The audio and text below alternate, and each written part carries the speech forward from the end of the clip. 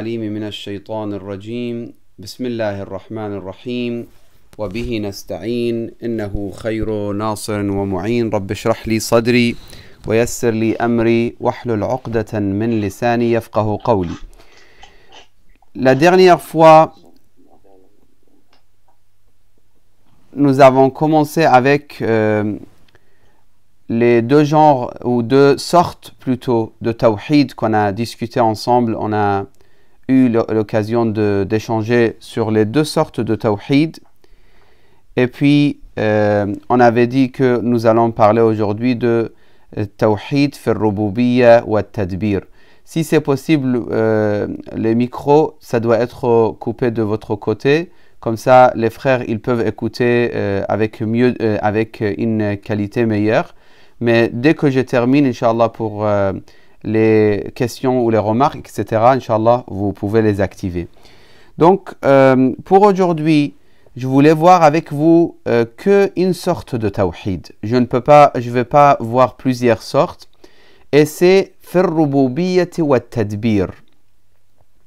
Si le terme tadbir, rububiyya, ça vient de Rab qui est traduit en français par le terme Seigneur, normalement. Aujourd'hui ou même auparavant, on le traduit par le terme Seigneur. Mais bien sûr, quand on dit Rab, c'est en arabe, comme en français, le Seigneur, ça peut être utilisé pour un homme normal, un homme sur cette terre, mais qu'il a atteint un certain maqam ou statut. Et ça peut être utilisé également, Rab, pour Seigneur, le Créateur, Rabbul Arbab. Le Seigneur de tous les Seigneurs, si vous voulez. Oui, Hadi?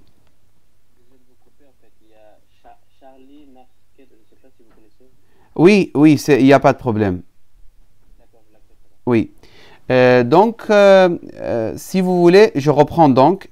Ar-Rububiyya, c'est pour ça on a dans le terme Rab, dans la langue arabe, on l'a utilisé pour également pour, par exemple, dans l'histoire, si vous vous rappelez de l'histoire de Abd al-Muttalib, et c'est très connu pour les arabophones, ils connaissent parfaitement quand il a dit « Ana Rabbul wa alaykum assalam wa rahmatullah ». Bienvenue, chers frères. Inch'Allah, juste après, on aura l'occasion d'avoir des échanges avec notre cher frère également. Ana Rabbul Ebel, donc Abdul Muttalib, le grand-père de notre noble prophète, il a mentionné cette phrase qui est très connue chez les Arabes. Donc il a dit Ana Rabbul Ebel. Même aujourd'hui, on utilise le terme Rab pour la maison, Rabbul Bayt.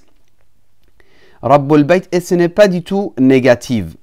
Mais quand on parle de Rabbul Arbab, ça c'est autre chose. En tout cas, Ar-Rububiyya, donc l'unicité qu'aujourd'hui je voulais voir avec vous, Ar-Rububiyya wa Tadbir, ça veut dire l'unicité par rapport à ces deux termes que Cheikh As-Subhani, dans ce qu'il a expliqué, il considère ces deux termes sont très proches l'un de l'autre. On peut même dire qu'il considère que les deux termes s'expliquent. Quand tu dis Rab wal Mudabbir, c'est comme si c'est la même chose. Pourquoi? Parce que finalement, il n'a pas donné toutes ces explications, mais juste je rapproche un peu l'idée. Quand on parle de Rabbul Bayt, c'est parce qu'il est Mudabbirul Bayt. Et d'ailleurs, au niveau d'éthique, on a des conseils dans l'école de Ahlul Bayt alayhimus salam aux parents, surtout aux pères. Ça veut dire par rapport à un père qui sort de la maison et qu'il a de l'argent et qui rentre à la maison, c'est bien d'avoir quelque chose toujours dans ses mains. Fruits, légumes, des choses que les enfants aiment, etc. Ils disent pourquoi, et il explique le hadith ou le contenu de hadith, parce que les enfants, ils vous considèrent comme mudabbir, comme, on ne va pas dire comme ceux qui détiennent les subsistances, on ne va pas dire non plus à ce niveau, mais finalement, c'est plus ou moins, ils vous considèrent le lien entre Allah subhanahu wa ta'ala et lui au niveau de nourriture et subsistance. Et c'est normal, et c'est une réalité. C'est une réalité. C'est toi le moyen en fait entre eux, en tant que père je parle. Ala kulli hal, on peut rester sur le terme rububiyya pendant très longtemps, mais je vais avancer. Ar-Rububiyya wa Tadbir. J'ai un petit peu regardé les traducteurs de Coran al-Karim, comment ils ont traduit le terme At-Tadbir. Bien sûr, au niveau de la langue, ça veut dire linguistiquement, le terme Tadbir, j'ai trouvé pas mal de traductions en français, mais subhanallah, finalement, ce n'est pas utilisé dans les traductions coraniques. Ça veut dire quand on parle de wal mudabbirati amra, par exemple, dans les versets que tout à l'heure je vais vous donner les adresses, on ne voit pas vraiment la traduction française. Taïb. Pourquoi tout ça? Parce que peut-être Hadi va se poser la question, mais c'est quoi le rapport avec cette question, avec l'unicité? L'unicité et le tadbir. C'est quoi le rapport? Le tadbir, c'est quoi déjà? Il donne des traductions dans certains dictionnaires que je regardais, élaboré, organisé, arrangé, etc., etc. Pour le mot tadbir. Wal mudabbirati amra, on va voir dans le Coran le Karim qu'est-ce qu'il donne comme traduction. Donc, si vous voulez, on revient vers le texte, si vous me permettez, de notre question essentielle. Allah subhanahu wa ta'ala, il est le seul organisateur. Si on va travailler avec le terme mudabbir, avec la traduction organisateur, ou celui qui dirige, c'est seul dirigeant, on peut dire, ou seul organisateur, Allah subhanahu wa ta'ala. Et donc, il y a d'autres personnes, il y a d'autres choses, il y a d'autres existences qui va quand même prendre en main la responsabilité, ou non, toujours c'est que Allah subhanahu wa ta'ala qui est là. Et ça, c'est très important comme question pour nos chers frères sunnites. Quand ils posent la question, ils disent, mais vous les chiites, vous dites par exemple, je ne sais pas, telle chose, Ilahi bi Muhammadin urzuqna, par exemple, oh mon Seigneur, grâce à Muhammad, donne-nous telle subsistance, par exemple. Ou ishfi maridana, guérir ou tel malade, etc. Donc, comment vous vous adressez à telle existence alors qu'il faut s'adresser à Allah? C'est beau, c'est magnifique quand on propose les choses de cette façon, mais ce n'est pas exact de dire il faut demander que Allah. Oui, bien sûr, on sait qu'il faut demander que Allah. On n'est pas en train de vivre l'unicité de Dieu si on demande à autre que Allah. Mais Allah subhanahu wa ta'ala m'a fait comprendre que si je vais parler avec les frères, il faut que j'ouvre l'ordinateur. Aujourd'hui. Il m'a fait comprendre, il y a, depuis l'existence de l'homme, que si tu as soif, tu dois boire de l'eau. Personne ne va te dire, demande à Allah de te rassasier. Ne bois pas de l'eau. Non, non. Ne t'attache pas à l'eau. Attache-toi que à Allah. Comment tu vas lui répondre? Tu vas lui répondre, c'est clair que je m'attache qu'à Allah, mais Allah, arad Allah, c'est la volonté de Dieu. Il a voulu qu'on passe par al-asbab wal-musabbibat, les causes que lui-même il a créées dans ce bas monde. C'est tout le système qui est en train de continuer depuis l'existence de ce bas monde. Cheikh, il dit dans Cheikh Ja'far Subhani, il dit wal muradu minhu هو أن للكون مدبرا واحدا. Oui, أصالة مدبر واحد. À la base, indépendamment, il n'y a qu'un mudabbir. Il n'y a qu'un organisateur. Mais est-ce qu'il délègue, on peut dire en français déléguer à ce genre de responsabilité? Oui. Si délègue quelque chose, attention, même quand il délègue de notre point de vue dans l'école de Ahl al-Bayt, ça ne veut pas dire qu'il est parti pour se reposer, il a délégué et ça y est, c'est fini maintenant. Ça aussi, c'est une idée, en théologie, on a des termes spécifiques pour ça, pour dire finalement, il a délégué et il est parti. Non, ça aussi, on ne l'accepte pas. D'ailleurs, on insiste sur ce point. Le fait que tu existes, chaque moment, tu es dépendant. Pour ton existence, chaque moment, tu es dépendant d'Allah subhanahu wa ta'ala. Pour ton existence. Donc, comment on va dire que tu es en train de faire quelque chose indépendamment? Tu peux même pas exister indépendamment. Donc, notre existence est liée à Faydillah al-Mustamir, la grâce divine qui est continuellement sans arrêt. Il est en train, subhanahu wa ta'ala, nous donner le fayd pour exister d'ailleurs, déjà pour exister. Donc, c'est clair qu'on ne peut pas imaginer le fait qu'on a eu des responsabilités, que Allah subhanahu wa ta'ala les a...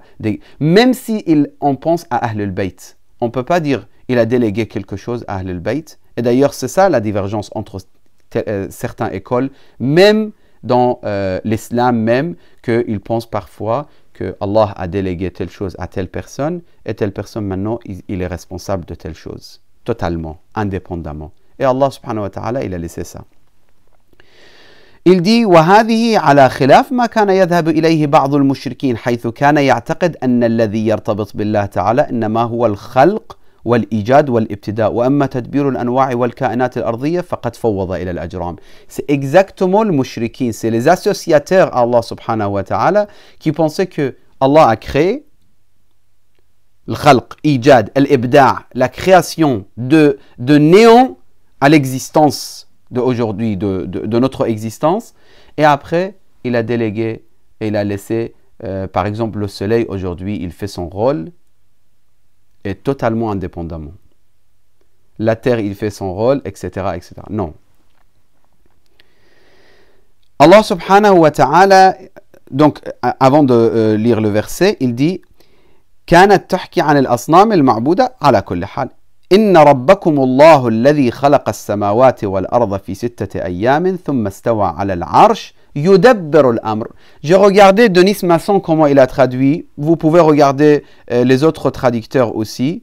Moi, parce que j'ai dans le programme sur mon ordinateur, j'ai cette traduction et j'ai d'autres aussi. Hamidullah, vous pouvez regarder. Mais de toute façon, rahmatullah ala Sheikh Yahya, qu'Allah soit miséricordieux avec lui, il m'avait proposé plusieurs fois quelques traductions. Parmi les traductions qu'il m'avait proposées, c'était qui me disait c'est plus ou moins acceptable et proche de ce que, on peut dire plus ou moins scientifique et académique, c'est celle que je viens de mentionner. Elle a traduit par « il dirige toute chose avec attention ». Donc tout ça pour dire « yudabbir ». Diriger toute chose avec attention.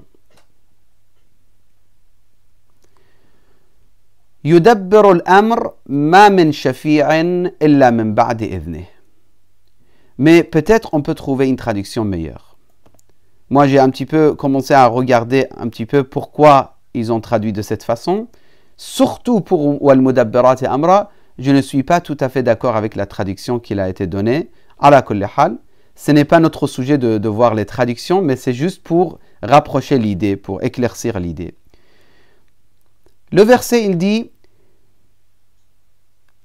Yudabbir al-amr. Donc Allah subhanahu wa ta'ala, c'est lui qui dirige toute chose, si on veut prendre la traduction.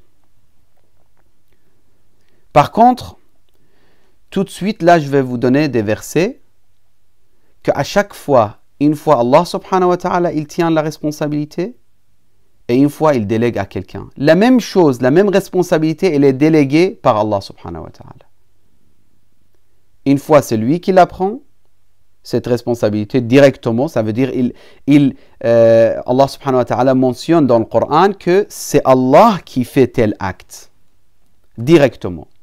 Et juste après, il y a un autre verset, juste après quand je dis, ça veut dire, moi je vais vous mentionner l'autre verset, mais quelques sourates plus tard ou en avance, en tout cas, Allah subhanahu wa ta'ala dit telle chose, c'est telle personne ou telle existence va prendre en charge. C'est pour ça que Cheikh Ja'far il dit ومن كان ملما بما ورد في القرآن الكريم عرف بأنه سبحانه حينما ينسب كثيرا من الأفعال إلى نفسه وفي الوقت نفسه ينسبها إلى غيره لا يكون هنالك أي تناقض.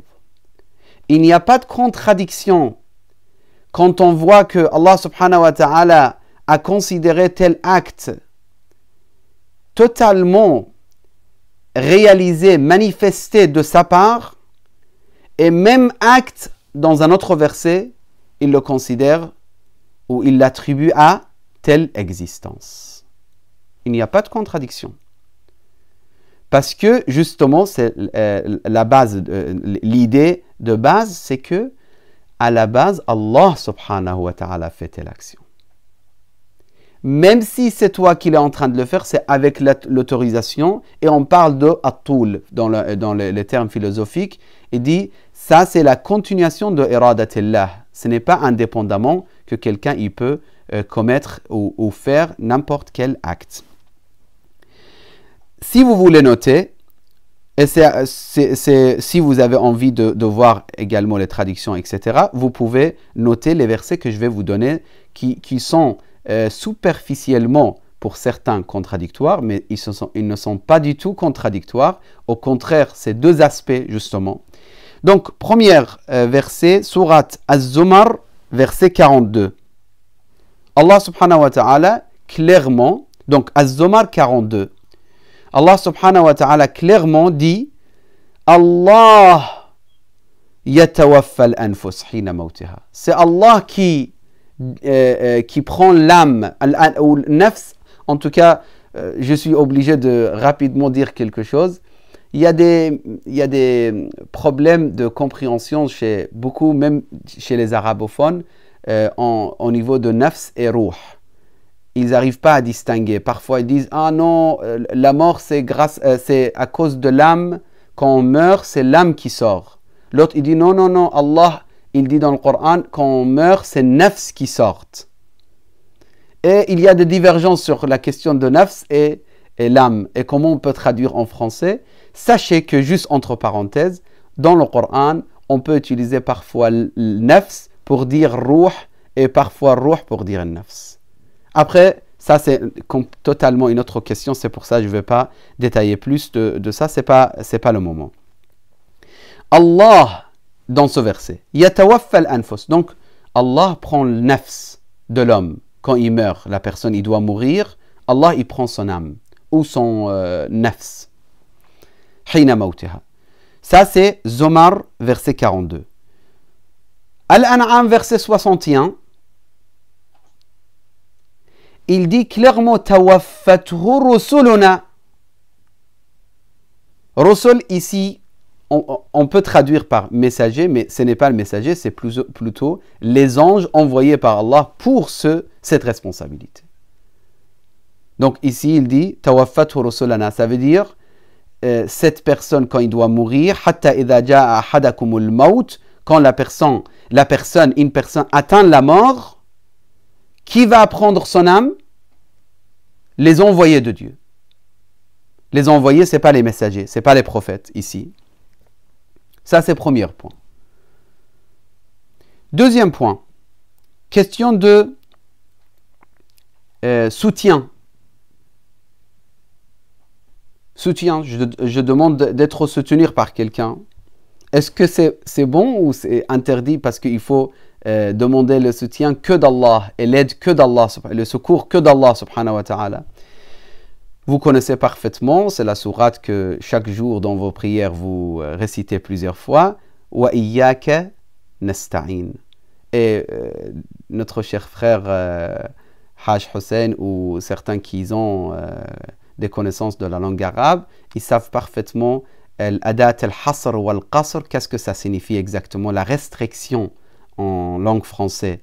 La restriction, ça veut dire iyyaka na'budu. C'est comme si tu dis na'buduka wa la na'budu siwak. On adore que. Ça veut dire quand tu dis iyyaka na'budu, iyyaka nasta'in, ça veut dire on t'adore que toi, ya Allah, et on prend l'aide que de toi, wa iyyaka nasta'in. Et juste après, le verset 45, surat al-Baqarah. Wasta'inu bis-sabri was-salah. Allah nous ordonne de prendre l'aide de deux choses. La patience et la prière. Ça veut dire grâce à la patience, tu peux réussir dans ta vie. Si tu es patient, tu peux réussir dans ta vie. Donc prends l'aide de la patience. Et Amir al-Mu'minin bi abi huwa wa ummi salawatullah wa salamu alayhi, Imam Ali alayhi salam, il dit as-sabru min al-iman kar-ra'si min al-jasad. La place, l'importance de la patience pour un mu'min, pour un fidèle, c'est comme la tête pour un corps. Wasta'inu bis-sabri was-salah. Troisième exemple.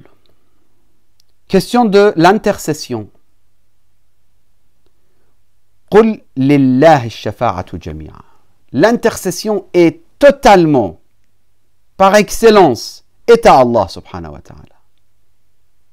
قل لله الشفاعة. Donc, un frère qu'on rencontre en Arabie ou ici ou en Irak ou ailleurs, il va nous dire attention, pourquoi vous demandez shafa'at Muhammad sallallahu alayhi wa sallam?